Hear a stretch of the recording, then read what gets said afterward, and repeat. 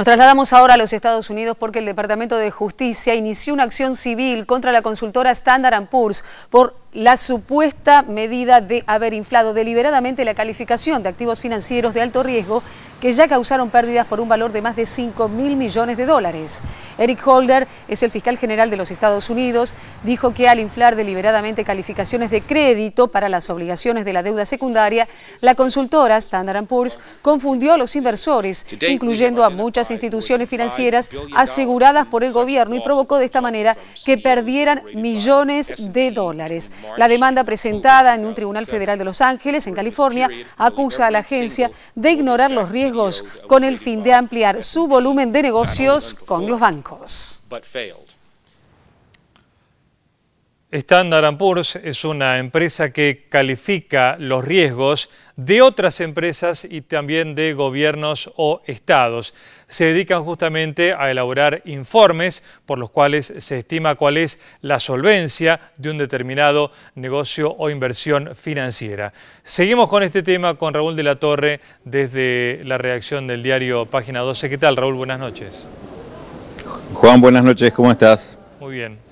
Un poco sorprendidos por esta noticia de esta misma tarde, con la decisión del Departamento de Justicia de Estados Unidos, nada menos, de iniciarle una demanda a esta empresa calificadora de riesgos. Sí, sorprende la magnitud de la demanda y la precisión con la cual se hace la acusación, acusando justamente a Standard & Poor's de haber perjudicado deliberadamente, de haber armado un sistema para perjudicar a los inversores que confiaban en sus calificaciones. Esto está relacionado de lo que ha sido el sistema que se formó y que fue en definitiva el que generó la crisis internacional. Recordemos que Standard & Poor's en muchos casos calificaba a empresas que le pagaban para hacer esa calificación, que la contrataban para hacer esa calificación, porque esa calificación era obligatoria para emitir un título de deuda, con lo cual había una conjunción de intereses, porque tenía que calificar a quien le pagaban. No es extraño que a propósito de esto la calificación siempre fuera positiva.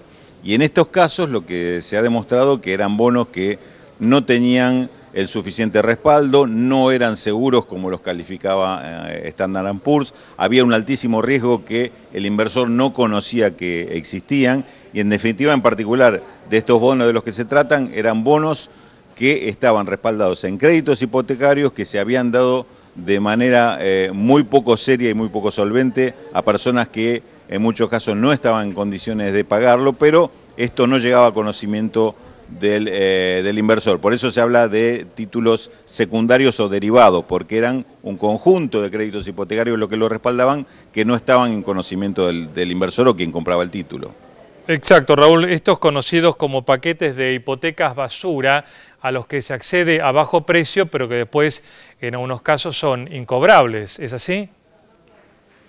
Exactamente, digamos, el tema del costo de estos bonos tiene que ver justamente con esa cotización que tenían en el mercado a posteriori de empezar a circular. En muchos casos eran títulos que se vendían como títulos muy seguros, títulos de mediano y largo plazo que eran utilizados no solo por inversores, sino por ahorristas particulares que confiaban en que esto era una forma de resguardar sus ahorros a mediano y largo plazo, y después resultaba que en realidad eran grandes paquetes, como vos bien mencionabas, o bolsas donde no se sabía exactamente qué era lo que había adentro. Se creían que eran grandes inversores o fondos que reunían operaciones muy importantes, con nombres muy suntuosos muchas veces, y sin embargo se trataba de un encubrimiento de hipotecas en muchos casos incobrables.